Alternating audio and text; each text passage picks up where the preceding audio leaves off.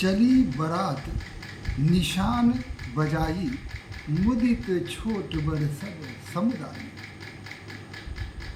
राम ही निरख ग्राम नर नारी, पाई नयन फल हो ही सुखारी। जनकपुर से बारात को विदाई दी जा चुकी है। अब बारात जनकपुर से अयोध्या धाम के लिए प्रस्थान कर चुकी है। आनंद मग्न होकर वर और वधू के साथ सभी उत्सव मनाते हुए जा रहे हैं। मार्ग में जहाँ जहाँ ठहरने की उत्तम व्यवस्था महाराजा जनक ने की थी, वहाँ रात्रि विश्राम करते हैं और प्रातः होते ही आगे बढ़ जाते हैं। बीच बीच बरवास करी, मगलोघन सुख देत। अबध समीप पुनीत दिन, पहुँची आही जनेत।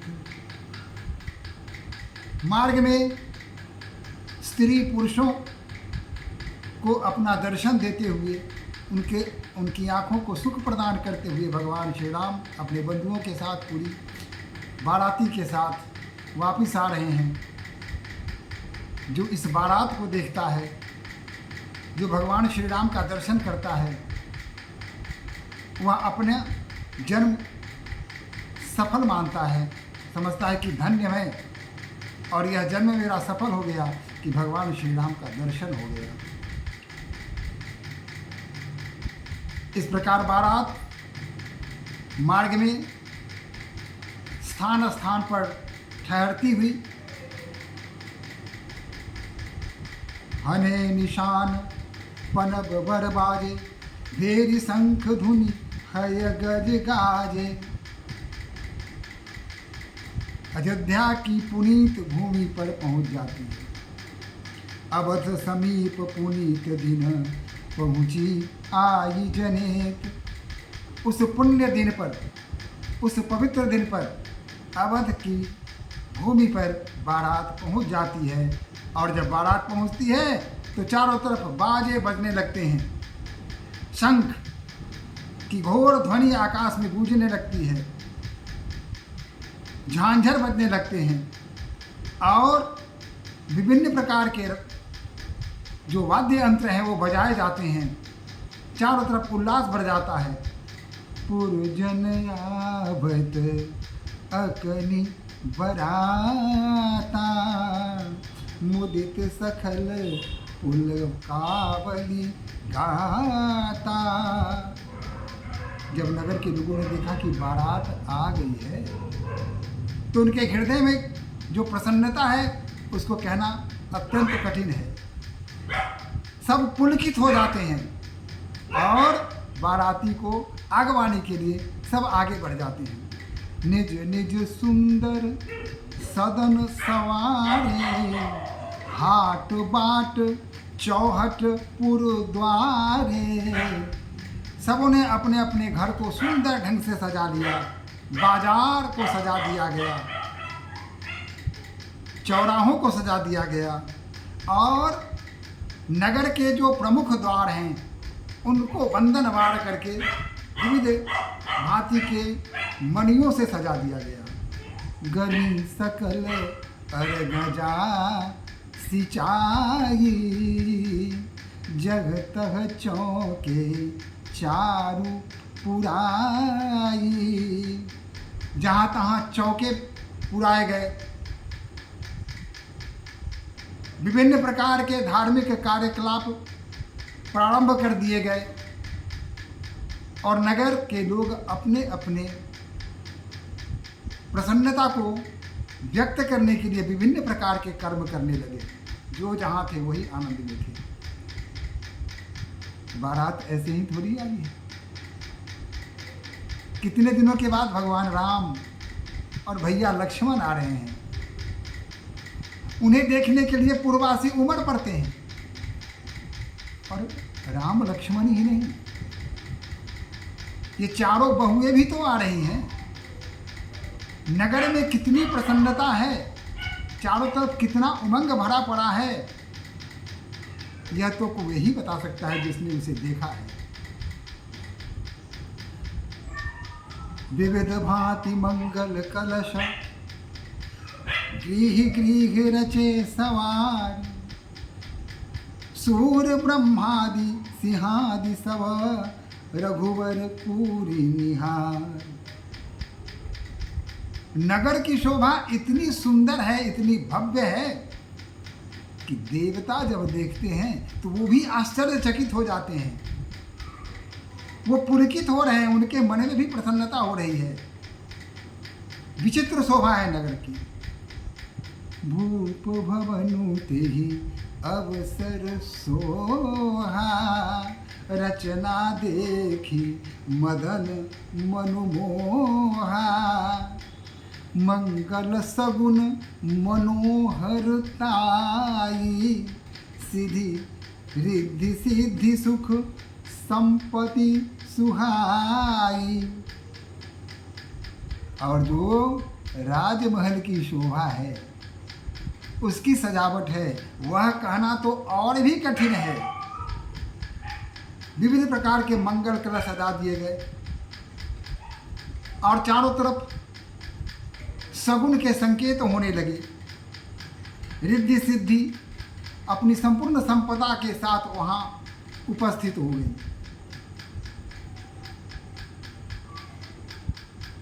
नगर में तो कोलाहल था। जब रानियों को इस बात का पता चलता है कि उनके चारों पुत्र 4 वधुओं के साथ आ गए हैं, नगर में प्रवेश कर गए हैं, तो उनकी खुशी, उनके आनंद का कहना ही क्या है। सगुन सुगंध न जाई बखानी, मंगल सकल सजहि सब रानी। सारी रानियां, सब में उत्साह दौड़ जाता है और भगवान श्री राम के आगमन के लिए, उनके स्वागत के लिए चारों तरफ व्यवस्था प्रारंभ कर देते हैं। दास दासियां सभी कार्य में लग जाते हैं। रची आरती बहुत विधाना, मुदित करही काल मंगल गाना। मुदित करही कल मंगल गाना। सोने की थाली में आरती सजाई जाती है और रानियां अन्य सुहागिन स्त्रियों के साथ मंगल गान कर रही हैं। कनक थार भरी मंगल ही, कमल करही लिए मात। चली मुदित परिछन करना, पुलक पल्लवित गात। सोने के थाल में आरती सजाकर माताएं अपने पुत्रों और अपनी पुत्रवधियों की मंगल कामना के साथ परिछन करने के लिए निकल जाती है। धूप धूम नभु मेचक भयऊ, सावन घन घमंड जनु भयऊ। सुर तरु सुमन माल सुरबर से, मनहु बलाक अकली मनु करही। चारों तरफ धूप अगरबत्ती जलाए जा रहे हैं, धूमन जलाए जा रहे हैं और उसके जो धूम्र है, उसके जो धुआं हैं, वो आकाश में काले काले बादलों की तरह छा जाते हैं। ऐसा लगता है जैसे सावन का महीना आ गया हो। और आकाश मार्ग से जो देवता लोग हैं, वो फूलों की माला ऊपर से भगवान श्री राम के ऊपर अर्पित कर रहे हैं। उन धुओं के बीच जब वो मालाएं धरती पर आती हैं तो ऐसा लगता है जैसे काले बादलों के बीच सफ़ेद सफ़ेद हंस उड़ते जा रहे हैं। ऐसी अलौकिक शोभा हो रही है वहाँ। धुंध भी बजने लगती है, नगाड़े बजने लगती हैं, मंगलगान होने लगता है। चारों तरफ आनंद ही आनंद हो जाता है।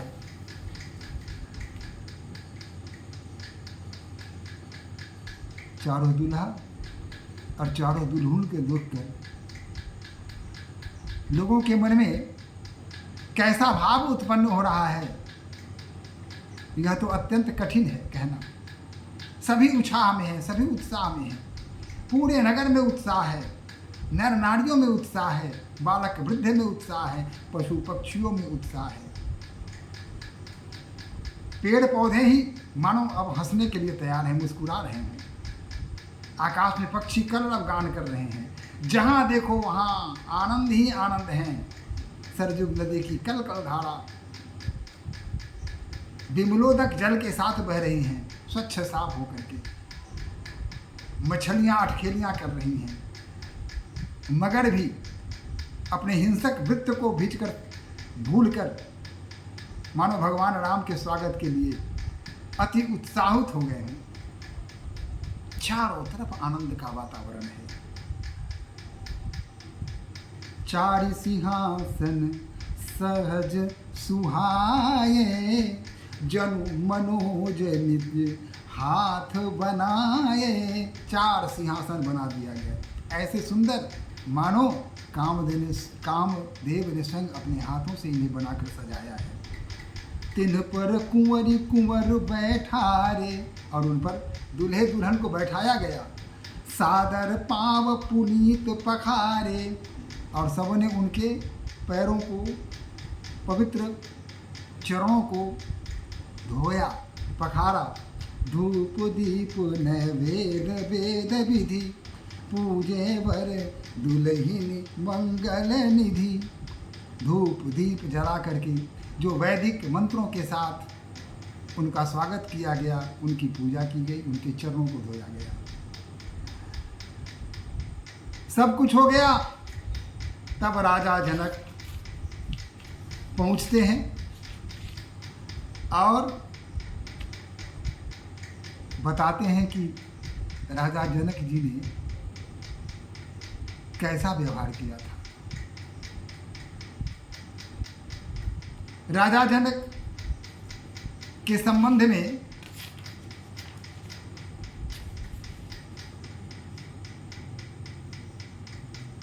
राजा दशरथ जो कुछ भी कह रहे हैं, ऐसा लगता है जैसे कोई भाट किसी की प्रशंसा कर रहा हो। एक भाट की तरह प्रशंसा कर रहे थे राजा जनक की। जनक राज गुणशीलु बराई, प्रीति रीत संपदा सुहाई। कहा कि अरे मत पूछो रानियों, राजा जनक की संपत्ति, उनका शील, उनका स्वभाव, इसके संबंध में मैं क्या बताऊं। कितने ऊंचे हैं, कितने अच्छे हैं, कितना सद्विचार है। बहुविध भूप भाट जिमि बरनी, रानी सब प्रमोदित सुनिकरनी।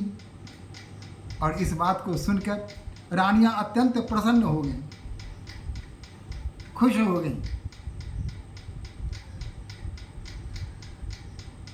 मंगल गान करहि बर भामिनी, भय सुख मूल मनोहर जामिनी। अंचई पान सब काहू पाए, खग सुगंध भूषित छवि छाए।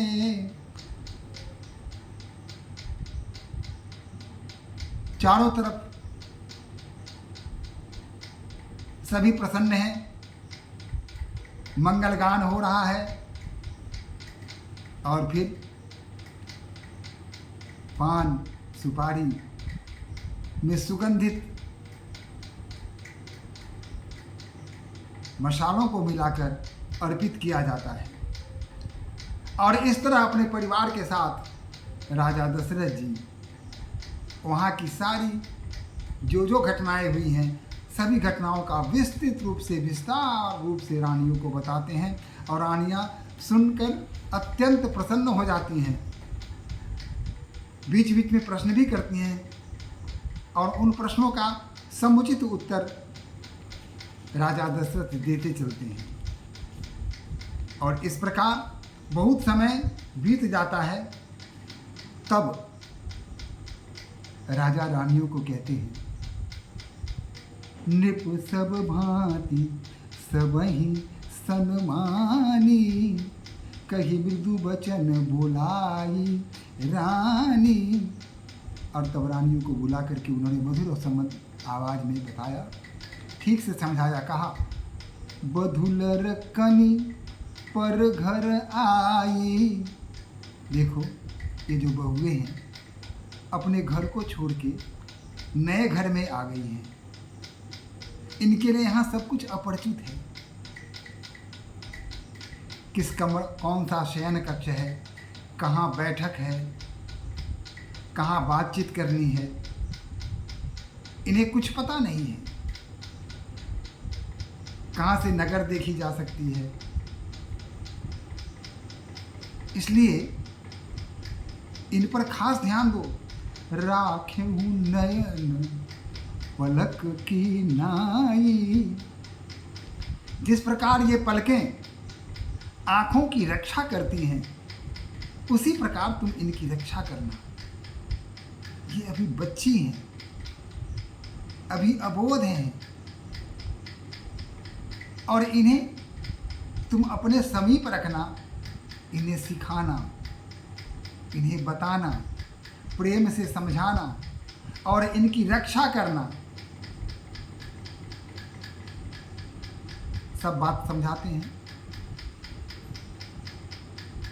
यह जानना कि ये जो तुम्हारी बहुएं आई हैं, ये अपनी माताओं की प्राण प्यारी हैं। उन्होंने एक तरह से अपने प्राण निकाल के मुझे अर्पित कर दिए हैं।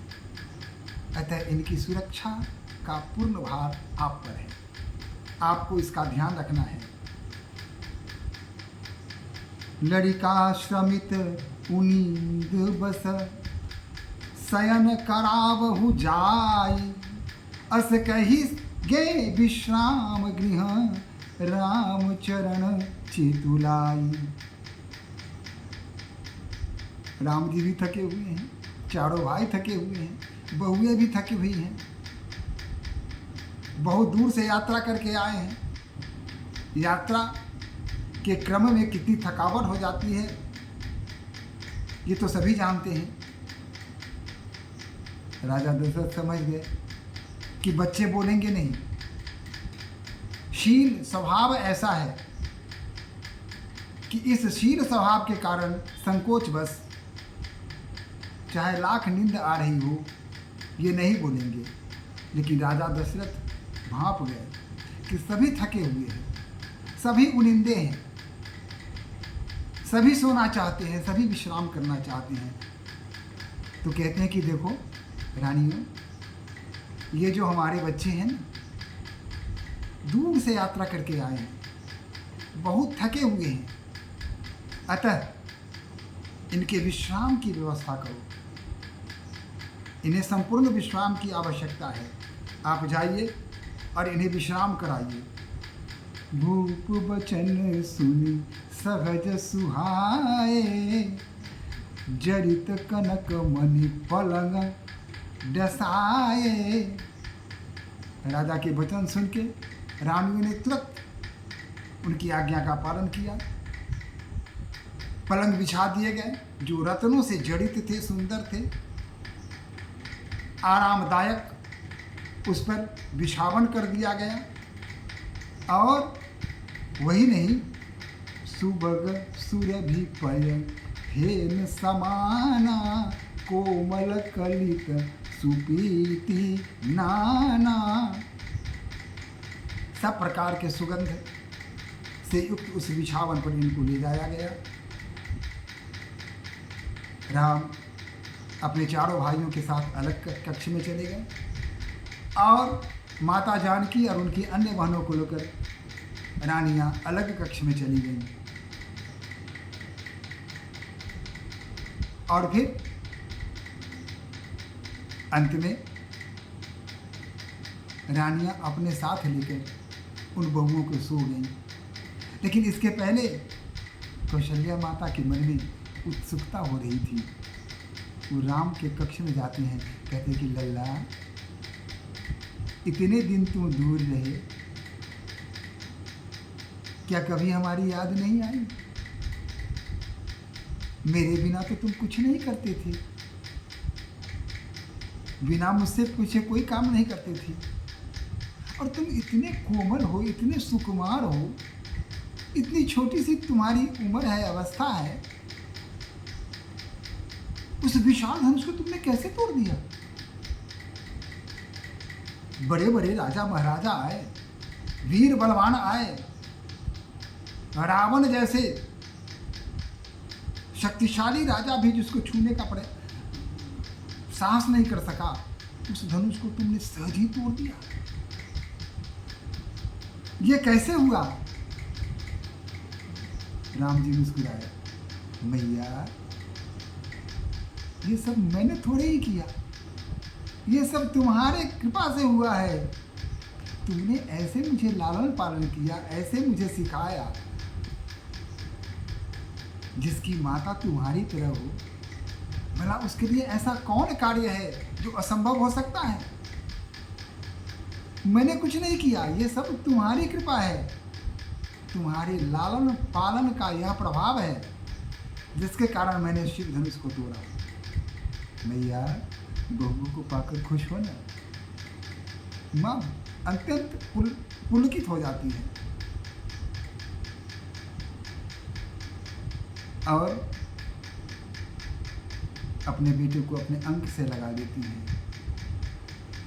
खुशी के आंसू आंखों से भरने लगते हैं। कहती है कि लल्ला, मेरी प्रसन्नता की था तुम ही ले सकते हो।